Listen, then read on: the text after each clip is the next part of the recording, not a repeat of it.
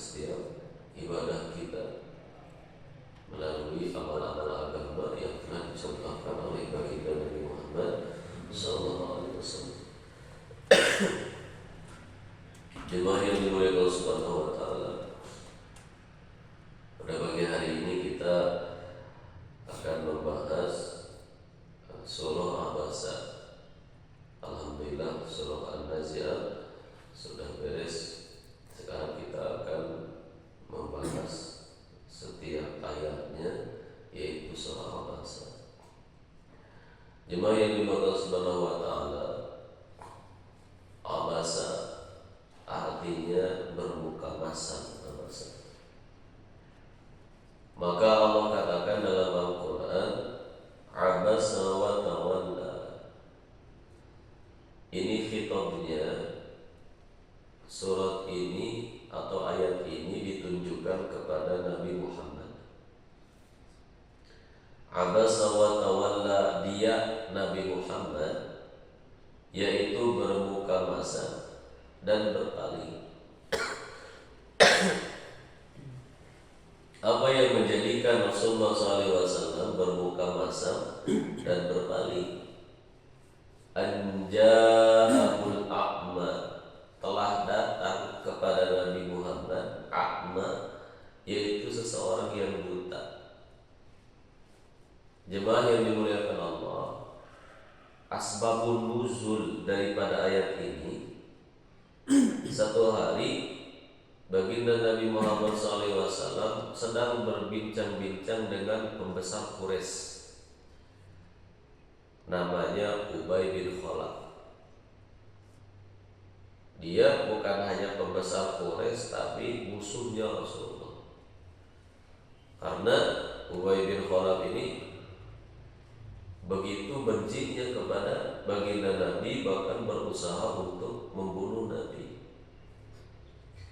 Ketika terjadi percakapan antara Rasulullah dengan Ubay bin Khalaf, karena Rasulullah menginginkan bagaimana Ubay bin Khalaf ini masuk ke dalam agama Islam, maka anja'ahul a'ma, datang seseorang yang buta, namanya Abdullah bin Umi Maktum.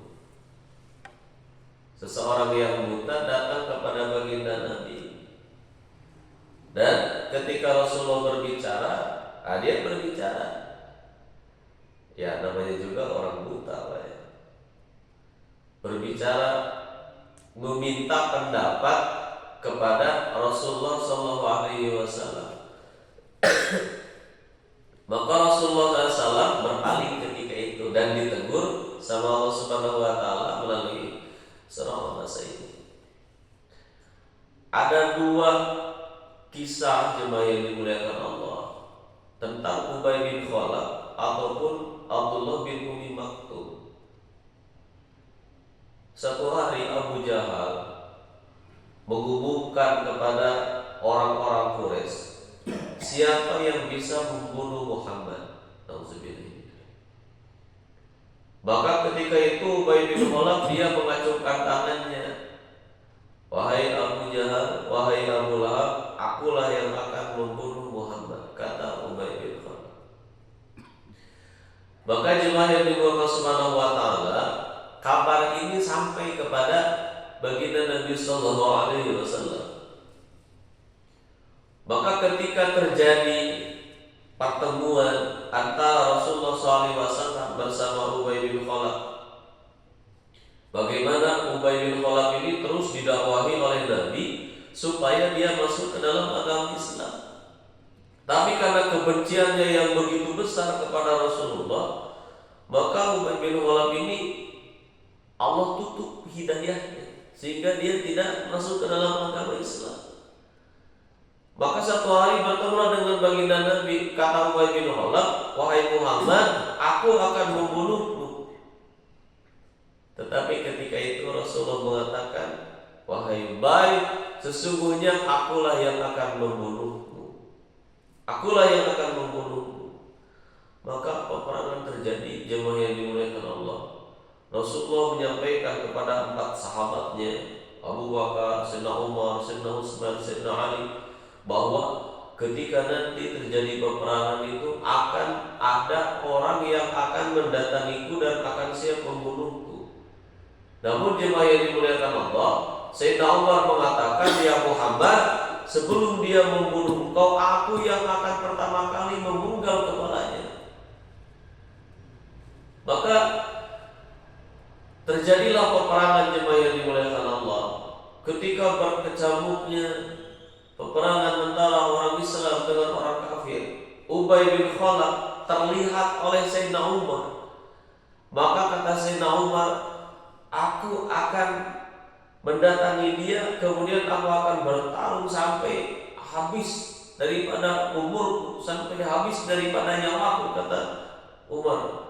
Maka Rasulullah mengatakan, wahai Umar, dia adalah bagianku. Jemaah yang dimuliakan Allah, Rasulullah SAW tidak memukulnya, kemudian tidak memenggal kepalanya, tidak. Ketika terjadi peperangan, baginda Nabi mengambil tombak, kemudian dilemparkan dan terkena sedikit saja ke arah lehernya, sedikit saja. Bagaimana Ubay bin Khalaf? Maka dia lari membawa kudanya sampai kuda tersebut terpintal-pintal. Muhammad telah membunuhku, Muhammad telah membunuhku, kata Ubay bin Khalaf. Maka semua orang menenangkan Ubay bin Khalaf ini. Kamu ini tidak mati, kamu ini hanya tergores saja, kata Ubay bin Khalaf. Dia mengatakan kepada tentara-tentaranya, seandainya Muhammad itu hanya meludahiku saja, aku pasti mati. Kenapa? Karena dia pernah berbicara kepadaku bahwa dia akan membunuhku. Maka ketika itu aku yakin dengan ucapan Muhammad bahwa Muhammad akan membunuhku. Kemudian seminggu kemudian, luka yang tersayat oleh tombak itu, jemaah, itu tidak sembuh. Akhirnya membusuk dan kemudian dia mati. Pelajarannya buat kita, Pak, dari Ubay bin Khalaf, dia seorang kafir, tidak yakin kepada Nabi, bukan orang Islam, tapi yakinnya kepada Nabi itu 100% yakin. Ketika Nabi mengatakan Nabi akan membunuh Ubay, dia pun punya keyakinan bahwa dia akan mati di tangannya baginda Nabi. Yakinnya betul gitu, Pak. Padahal dia orang kafir. Pelajaran buat kita ini orang Islam. Nabi menyampaikan sabda-sabdanya kepada kita dalam perkara ibadah saja, dalam perkara ibadah, dalam perkara ilmu saja. Jelas Nabi mengatakan bahwa siapa saja orang yang duduk dalam majelis ilmu kemudian membahas satu ayat Allah. Kita ini membahas ini 2 ayat, bukan 1 ayat. 1 ayat saja yang dibahas itu lebih baik daripada sholat sunnah 100 rakaat yang diterima. Mafhumnya, orang yang duduk dalam majelis ilmu membahas 1 ayat Al-Quran, dia mendapatkan pahala 100 rakaat sholat sunnah yang diterima sama Allah. Nah, kita nih, diantara kita semua jemaah yang dimuliakan Allah, ada enggak yang sholat 100 rakaat? Enggak usah hari ini, belum hari ini, hari kemarin aja ada tidak, Pak, yang sholat sunnah 100 rakaat? Kan enggak ada, Pak. Termasuk saya juga enggak nyampe. Tapi dengan duduknya membahas 1 ayat saja, maka lebih baik daripada 100 rakaat sholat sunnah. Dan siapa yang membahas 1 bab ilmu, maka pahalanya sama dengan melaksanakan sholat sunnah 1000 rakaat. Ini sabda Nabi. Tapi terkadang karena iman kita lemah, jemaah yang dimuliakan Allah, dan terkadang ketika kita melihat duduk dalam majelis ilmu, terkadang diri kita itu melihat siapa yang menyampaikan. Dan kita gitu-gitu wae ngebahas. Jadi geus we, mendingan yang kayak gitu mah bisa dilihat di YouTube, bisa dilihat di ini, ada ustaz yang lebih besar lagi. Nah ini jemaah yang dimuliakan Allah, berarti keyakinan itu kurang. Padahal siapapun yang menyampaikan, karena kita punya keyakinan sabda Nabi, perkataan Nabi dalam majelis duduk saja, ini duduk jemaah yang dimuliakan Allah, tidak nulis, bahkan mendengarkan pun tidak, tidur misalkan mensungkur, duduk saja, maka sebanding dengan pahala sholat sunnah 100 rakaat. Ini keyakinan jemaah yang dimuliakan Allah. Nabi pun menyampaikan, ini kalau kita mau betul-betul yakin dengan apa yang disampaikan Nabi, sebagaimana yakinnya Ubay bin Khalaf seorang kafir itu. Siapa saja orang yang bersedekah di waktu pagi, pada subuh di waktu pagi, di waktu subuh, maka Allah akan menjamin rezekinya di waktu itu. Kemudian malaikat pun datang mendoakan dia, semoga Allah Subhanahu wa taala mengkayakan, membarokahkan daripada hartanya. Yakin. Kalau kita yakin jemaah yang dimuliakan Allah, pasti diamalkan. Pasti diamalkan. Tapi karena kita ini kurang yakin, imannya kurang, keyakinannya lemah, walaupun berkali-kali disampaikan, poho we rek bawa duit ke masjid di waktu subuh teh. Gitu. Padahal tidak besar, uang 2.000, uang 5.000 itu enggak besar jemaah yang dimuliakan Allah. Tapi keyakinan kita, maka bisa belajar yang namanya yang ini dari salah satu seorang kafir tunai, Ubay bin Khalaf, yang dia mati di tangan Rasulullah SAW, tapi keyakinannya betul kepada baginda Nabi, yakin bahwa dia akan mati di tangan Rasulullah asbab ucapan Rasulullah SAW. Kemudian Abdullah bin Umi Maktum, seorang yang buta. Apa pelajaran yang bisa kita ambil dari Abdullah bin Maktum ini? Suatu hari jemaah yang dimuliakan Allah, Abdullah bin Umi Maktum ini, dia meminta keringanan kepada Nabi. Ya Rasulullah, saya ini kan buta, bolehkah saya enggak sholat di masjid? Gitu. Kata Abdullah, bolehkah saya enggak sholat di masjid? Apakah Rasulullah SAW memberikan keringanan kepada Abdullah bin Umi Maktum ini? Rasulullah bertanya, wahai Abdullah, kamu dengar adzan tidak? Saya mendengar ya Rasulullah, kamu harus ke masjid. Coba Pak, orang buta disuruh ke masjid, apalagi orang lihat, orang dengar gitu. Orang buta. Maka Rasulullah membuatkan tali dari rumahnya ke masjid, sehingga kalau ke masjid itu dia mengambil tali tersebut, ayo sampai ke masjid. Ini pelajaran buat kita dalam perkara ibadah.